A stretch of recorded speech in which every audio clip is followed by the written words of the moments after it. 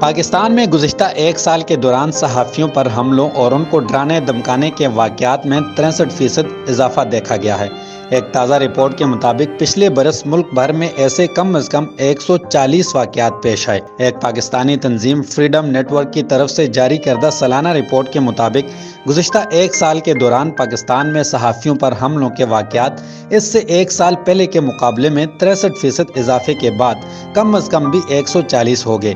اس report کے مطابق پاکستانی دارالحکومت اسلام آباد ملکی میڈیا کارکنوں کے لیے سب سے پرخطر شہر بن چکا ہے، جہاں پچھلے سال 56 ایسے واقعات پیش آئے جن میں صحافیوں یا میڈیا اداروں کو براہ راست حملوں کا نشانہ بنایا گیا یا انہیں ڈرانے دھمکانے کی کوششیں کی گئی۔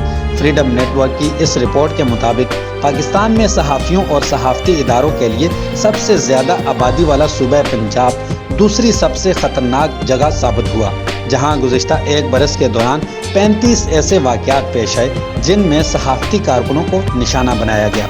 اس سالانہ رپورٹ میں مئی 2022 سے مارچ 2023 کے درمیانی عرصے میں آزادی صحافت پر کیے جانے والے حملوں کا ڈیٹا شامل کیا گیا ہے۔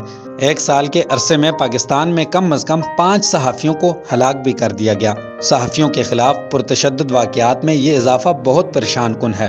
صحافیوں کی بین الاقوامی تنظیم رپورٹرز ود آؤٹ بارڈرز کے 2022 کے ورلڈ پریس فریڈم انڈیکس میں پاکستان کا نمبر آزادی صحافت اور صحافیوں کو لاحق خطرات کی وجہ سے 180 ممالک میں 157 رہا تھا۔ پاکستان میں آزادی صحافت کو درپیش خطرات اور صحافیوں پر حملوں کے حالیہ واقعات کو مد نظر رکھا جائے تو خدشہ ہے کہ اس سال ورلڈ پریس فریڈم انڈیکس میں پاکستان کی پوزیشن مزید خراب ہو کر 157 سے بھی گر جائے گی۔